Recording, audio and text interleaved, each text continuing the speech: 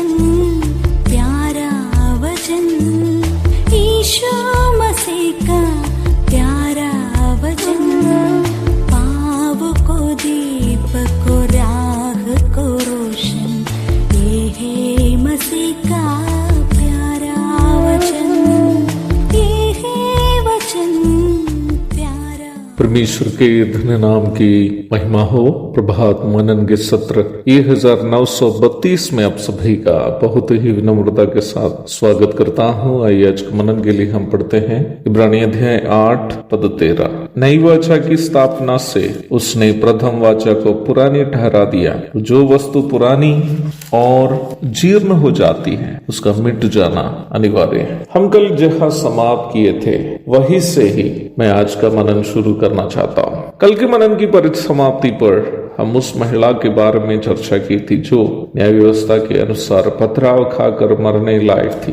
परंतु प्रभु यीशु मसीह ने उस पर रहम की और उसे एक ही समय उसको जिस पाप में वह जी रही थी उससे और पाप का अनंतकालीन दंड आग की झील से भी बचाया। प्रभु ने उसके सभी गुनाहों की माफी उसको उसी क्षण दे दी, परंतु अपने पापों की क्षमा के लिए उस व्यभिचारिणी महिला ने प्रभु को क्या अदा किया? कुछ भी नहीं। इसमें क्या आपको कुछ अस्वाभाविकता नहीं लगता?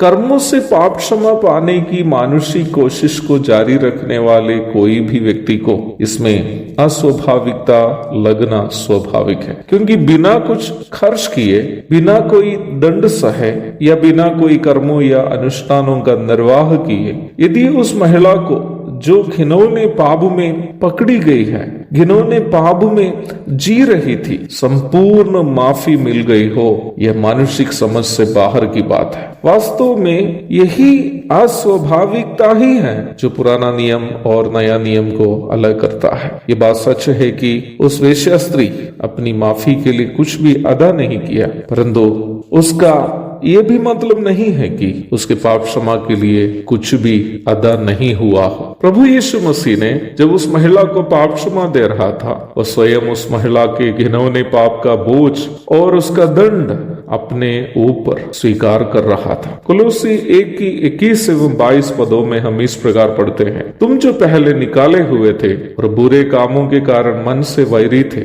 उसने अब उसकी शारीरिक देह में मृत्यु के द्वारा तुम्हारा भी मेल कर लिया, ताकि तुम्हें अपने सन्मुख पवित्र, निष्कलंक और निर्दोष बनाकर उपस्थित करे।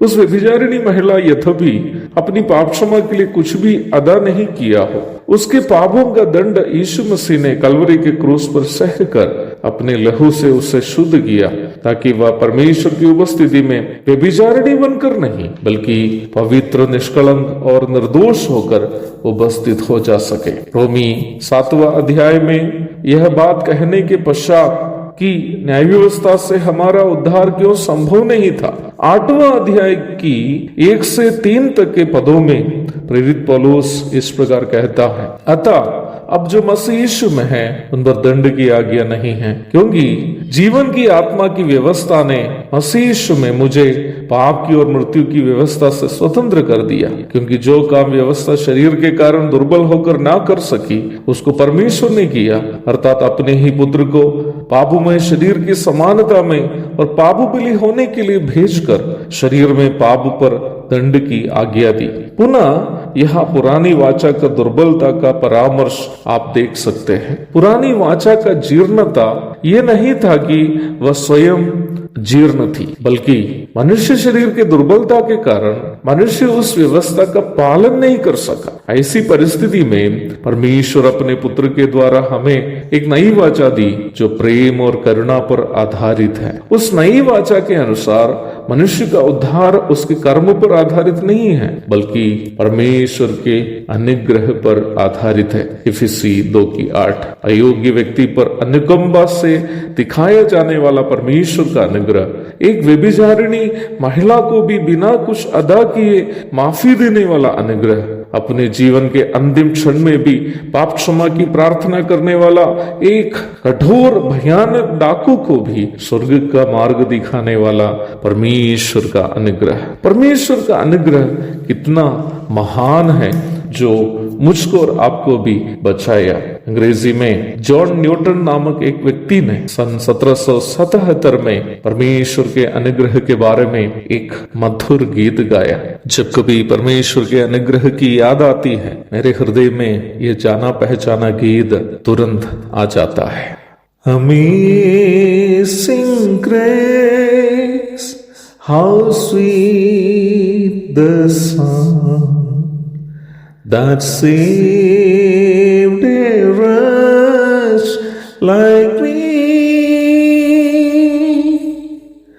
I once was lost, but now found. Was blind, but now I see. John Newton अपने समान इंसानों को गुलाम बनाकर बेचने का एक क्रूर धंधा करने वाला इंसान था। जब परमेश्वर के प्रेम ने इस क्रूर इंसान को छू लिया, वो बदल गया, परमेश्वर के प्रेम से भर गया। उसके पश्चात वो गा रहा है ये अद्भुत अनुग्रह जिसकी आवाज मीठी है, मेरे समान अधम इंसान को बचाया। मैं कभी खो गया था पर अब पा गया, मैं अंधा था पर अब देख पा रहा हूं। मुझे सुनने वाले प्रिय भाई बहनों, नई वाचा अनुग्रह की वाचा है जो मुझको और आपको भी, जो अधम घृणित एवं घिनौने थे, बचाया। परमेश्वर का अनुग्रह के लिए हृदय से धन्यवाद अर्पण करते हुए आज का मनन मैं यहाँ समाप्त करता हूँ। प्रभु आप सबको आशीष दे, आमीन।